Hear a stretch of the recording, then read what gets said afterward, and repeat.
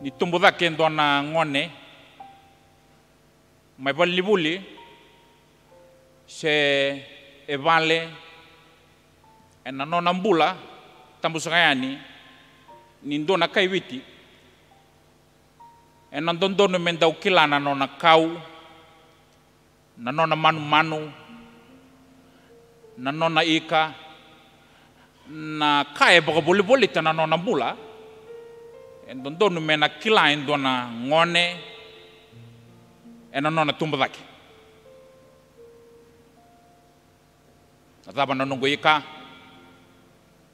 nadhaba na nungu kau nadhaba na nungu manu nadhaba na nungu itabi baka banua nadhaba na nungu itutu e na loma nindona koro nadhaba na nungu itoka na nungu matangali na nungu ebusa e olongi toka na ndona ndraki ni vei susu e na ndona ndraki ni vei maroroi e na ndona ndraki ni vei tumeri ni tumbu chiko na ngone ngo dharobou se ngone lewa ni tumbo koya na bambau to roi to kina ina yadho ndona ngona ena sanga ni ndono me ngwela dhamba na nona banu ndina sena kai kleita ni kino koya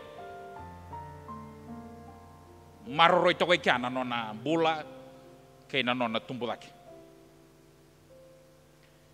e baka to ya na kaongo na sitari ono numa me undu sima ka bagala ka kibekanda ena ka vendindai ka una buna ubai tala nonga kibekanda ena rarama ni kaongo na sitari le bersale sumena tokala weloma rasa na raida na kaongo au tali ta toka na nungu bakile chuko na kaongo na sitari dina nganyo semberni lagi raida hindo mbanga ngau na nunga lagi raida kina ya una numa me mai wese bekanda na beo kanilomani ena ka vendindai kay naki era kana ndoni bola ni kongo na dona tama di kaulebu dona drauro sanga bulna fiti na kana malabu so na ndoni bola era kana ni tolu sanga bulna fiti na kana raramba san dona kaulebu ola ko tama bono ni kau bono ni besi kaulelebu o kurumbu to kawe na nungu bako wili ka to kana kayam belet na sitar ni lepanoni kanda ungoro ikina na bono ngo ko lepanoni dotu na nona kau dingi taki se na kau erandau sakita katu na kai Lebanon se kong kana sidar of Lebanon tolu na kai kile kina kile ko na nona kau kawa dau sangania balati rawa isa kau nga senia balati kena balen to na kau tunde na kongo se mani baka na ndraki boka boli ta nona tiko boli kana nona tumbo dake marro itu na tolu na wakatungo nona tumbu chuko ndona sitar kawa very solid, strong and immovable in the reda na roti ni ke lepanoni chuko ke ndona buni kau gori na sitar erambi to toka na nonra roti ni saki ni nonra banua bure ni labo do banga taki na kongo do daga kina na yani vale na daga ni linga mbule na kau banga taki na sitar arota membiu toka na nonran rotini na kaile panoni na puni kongo na sitar na linga ni wawu ni matentu o lepanoni siko na nonra beds na kongo na sitar sando na kau yang ni beauty ko non rotini beauty na nonra sulu na sotia ke Lepanoni bauyado na nonra wangabuka Middle East Airline toka kina na kawango na sitari atalindina toka kina na kawango warita katuni nonra isagsaki tiko lomandra ke no tonra na wingaw na kede sara kanan doni bola ni kawango rokan romo na rokan romo vesureti to kana romo go rendo na romo tali taki seranga tau to kona kenere rai inda reda ngayani enda domona sen tali takana ko ngona sitari kaum boy binaka kau rere bina katelanga sa roto me bangata kena kena buli va kento na vale na kongo na sitari de ba kau sa ta kaioti do bangata o ko na ta ni linga buli na kau ka bangata langa kina sona yaya ni vale bina katimele pononi dina ngani saule butoka era sa bangata ka tu na turanga kena maram ni le pononi na kena buli va ken endua na vale na kai matalia kina na kongo kemni na kangu koy tumbunga na uli bonua o koy tumbunga na uli bonua rabe uli bono ke le panoni rakena kautunga na sitar bonua endambe to kina na nonda reda bagatare ala to kana kabendindai talindi na imboli ni bonongo ke le panoni ni boga boli tatu na kaongo na sitari.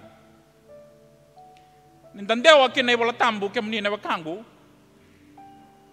E bangata kina kaongo na sitari. Me baka saba tagi kina na buka-buka. O bukan dewa tahu na lomo ni runa yang baki o baka vengarabi boli makina na tambah taka korolau. Nimbara ni tawiani na lewani lotu me ngole mai. Rere yang amenda na baka tagi kanda. Na bebanu enda tiko kina. Menda bukarita kaninda tamata pang bauta. Kanta siya nga tamata pang bauta wala nga. Enda pang bauta endo na kalaw.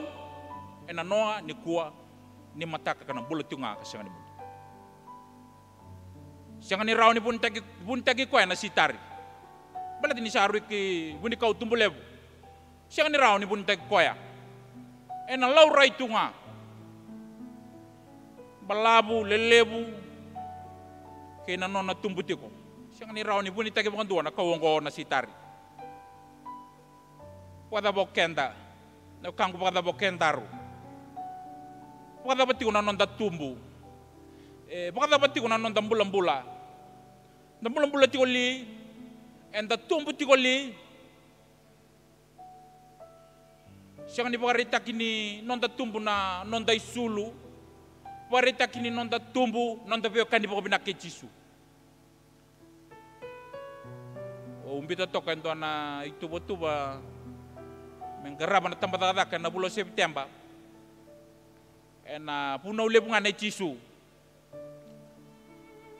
horizontal and vertical relationship geraba nga baka binang nakalaw loman na wekam anda baka ritang nitum geraba nga baka binang nakalaw geraba na wekam wanda tachu be irme koralaw Ay, libo na akong nanda sa laot yung galuto. E sorry, tiko bikanda, era lenga tu, era maboa tu, era bimbi boro tu era, rara musu.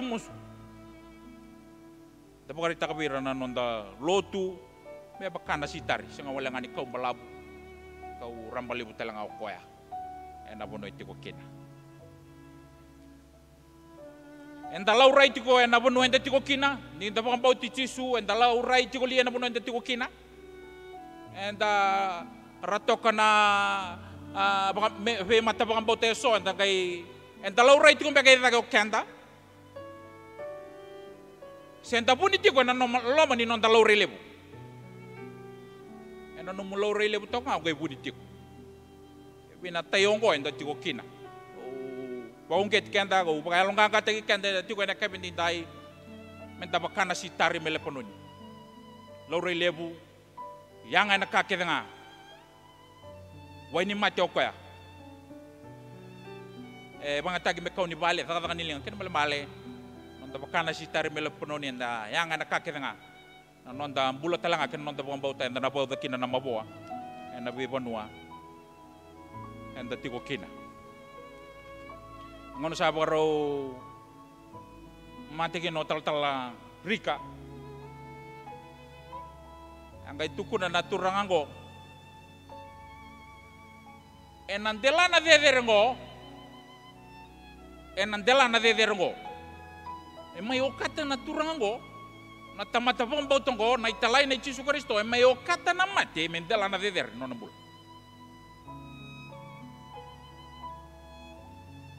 ni umay tuwe nan delana ngo, nan delana dedere ngo, ni uraile suyani ng Buddha, au sa raida na buata, ni rasaran dreu, kamboy binak. Sa kene bale, sabi beba kato kan nasitari melapanoni, ni may bakarulako, may duro na katumbakan na duro makede nga na tamata, may dami to ko na itala-tala raile sa raida na nonayanga. Kadada na lubena, para buli binak na makmuna, sandriw, kamboy binak. Sawa kana sitari melapanoni, indaw toko na tu, namata ni tule bole panoni, nakawongo na sitari, may boli, yang nga nakakede nga, kamunisa na wekang. Nona baka raula ko Thomas Beka, apa raula ko talangay na koro, apa rauliwi na koro, nona bola-bola lesti ko binawatina. E bakatu na yalo-yalo nindo na sitari, di na nga nirasa apa raula ko kinanonta koro kede nga, iara kahit yung nga karaltaka, e nanondra baka bauta, sabi kaya siya nga nimbimbibuwa, nanondro beto kani nimbula bawat, sayaw biyaw untuk biliw, sabola ka biyaw, kolong malangi. Bal nona tumbu, nona bulan-bula, sabi nang katangaw ko misalawen, abu karitaki ni tumbu, abu karitaki ni bang bauta titom, kapangol itu, be Yesu Kristo. Talan norong lebu membaleti amin yung bal nong roka na tumbu na pakambauta na titombu ni kena maroroy ni biang unu niu lutu na niu na taka biba kurumbuita kia taka na turang ngo baru lagu New Pertania kaya dumay na tuku siya ni rawa, mati bebe taubi, naivalu, tuku na turango, sana mati nga, bula, toso, listalamay. Sa bakana sitari melepanoni ni sayang ni biasa na kede nga, kemni na wakang. Nilaki mati na turango, nitampe na walok. Siya nga ni bakadada, nanon yung bulong-bulo. Sa kene malambal, nanonda maroroy, nanonda tumbu, ke nanonda bulan-bula, siya sama te, maroy kan tunga na kalau.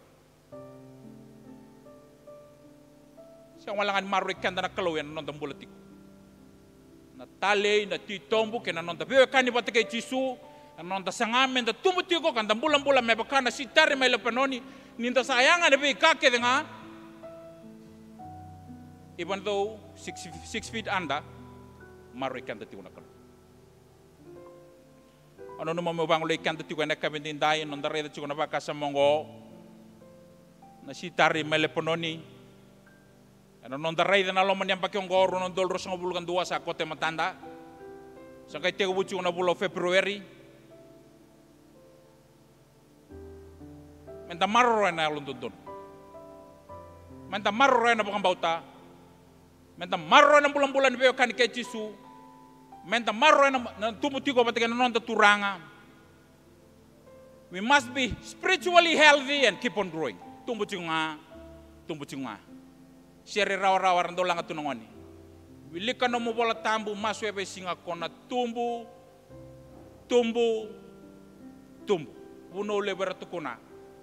Wilika nga no bola tambu maswebe singa kona tumbu kina. Sabakana sitari melepononi. Salau may buwana kalau na nona idengu siya nga walangan nila ko may lumalang sa bakan dia nakakanay ng way sa tumumulang-bula sa bakaritak sa bakatumbor at na kalau na sitari mayangan na biasa na kaya nga so the uragoch may dake punikaw-kaw-kawa day siya nga niya pala ti pakarawa-rawa. E paano matin nitahangin dan daw sa tabi na loman niya bakyong ko. May nabuli ko, may nara, may natokalaw, mai na deba erna dawiri chiko na mata ni dangingo erna dawiri chiko na mata ni dangingo kemni sana kangu o baga ungeti kanta menda bakana si tari mai le panoni se baga daba na kawe na dangi so taba dei chiko na kaungo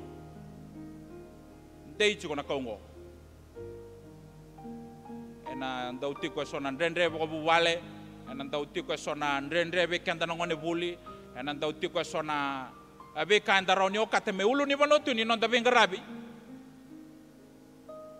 yo bonge tikada chuka na ka bendindai menda sabaka na sitari male panoni matani dangi da banga semai na mawi semai na matau semai na deba semai na ra tumbuti ko nga na kongo bulong bulati ko nga siang ni nona yaw na yababala siang talangan ni nona yaw na petokiyaki togike may sana mayay siang inda lakot chiko na lomo ni yang bagang goro non doloro sa bulan dua sitari may lepanoni kay nanumat chiko na kauto tokoya ko so taban rende na lomo ni bagang gong kay nanumat chiko na italon ni sitari kawa tundei balatan di baka tumbura chiko na kalau bakan niya na kalau ka baka tumbura na kalau siya ni nona yaw na yababala siya talangan ni nona yaw na betogyaki to chiko may korolau o chiko batanga may kya kiro ng kasi ayadon na lewani lotu sa baureda to kendo na ngoni salan rendre to kay matangu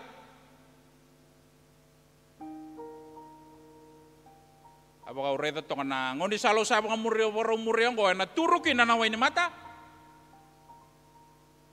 era na bosa kin na kangu boleh kasana tukun yaw en nongo venga rabi kena nongo bubale kena nongo daka era na tukuna so abaka sa mata to na kau na sitari meleponon ya na salang go sa muria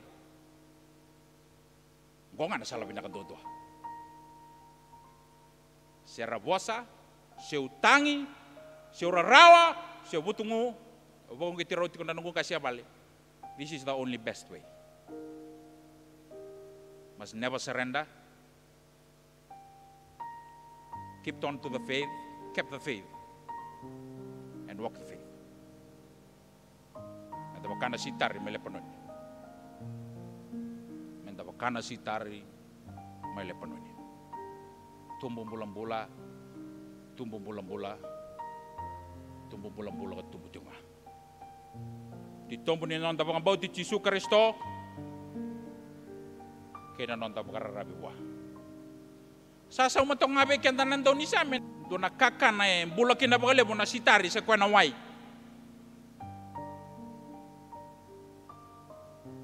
Poro bola toko tsodi, do ngaunan rendre, do numaka na turang anggo. Letter people itu juga nabi matangkali baka madala, nabi matangkali bakila, nabi matangkali buku, nabi matangkali bosa, era kaya ciko. There is no Jesus. Ngo siendo no magotsoni. Nabi na andraw nembag saud. Bida sa ngabul nembag saud. Sando no magotsoni ni sakay ciko no banua. There is no Jesus in our land. Kristus yang ike. Ndon makotsoni. Sangkai sanga chikotsoni me baka utura baka pinaka nonona tuku marro ko baka pinaka na baka bauta me toso kiliu me rauni tonga kino ko nonona bola. Sember chiko ni bola turango. Saya do tumay na lewa baka tui may dake ko niro ro na turanga rau dui, they have the same mind. Kaya cunga di wir siyang ko Jisu. Lakas so main itu ya, ang kaya pakatok kan na engine room lelai. Ortong kaya sinibisota ka na way da, me way binaka. Kaya na way da ngalu tumaya lakas sara. Tol na yatu was erto tuku na kina. Ngo baletang ko. o Jisu e sianga ni kambuli. O Jisu e kambuli ni bosotia. O Jisu e kambuli. Jesus is a created being. Kene karua o Jisu e leilei sombo me be rangilosi. Ronga teman. Jisu e leilei sombo me be rangilosi. Kene katolu. E bina kata kena baka rabi be rona tui. Kata na baka rabi Jisu. E tolu na baka sa manduindo ya. E rato mai tuku na karamai wasi a ortu na kata toka na engine room go vakila butung-buto kada to ngai tuki na rato go virta ki burubura. Merato mboko daki na via bola chiko na ichoni. Ni satu kuni mai dake. No Jesus. Arlai vingo matu na leoni bonua. Uyo Jisu endo ngana kambuli. Lele sombo me bir nangilosi. E binaka menda baka rabi tui.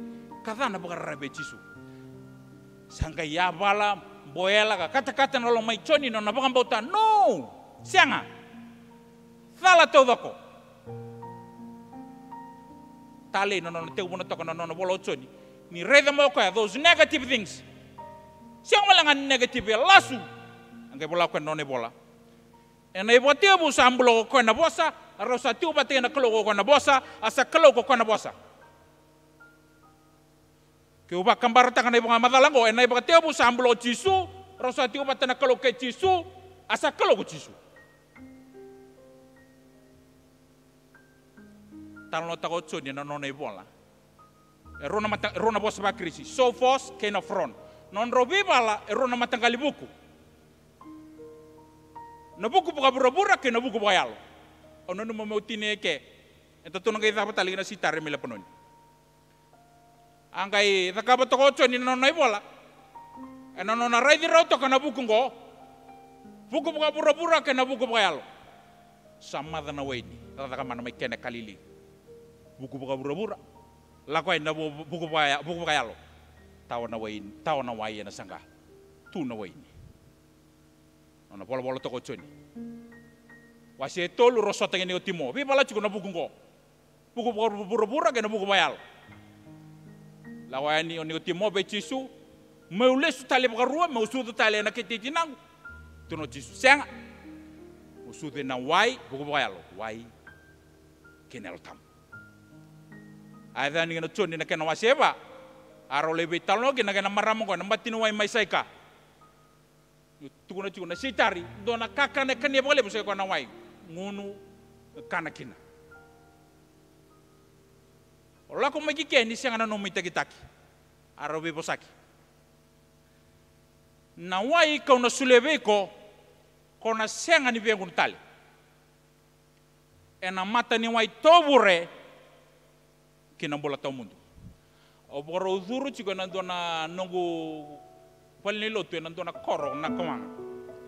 Ko rede chiko endona eruna bokete wai.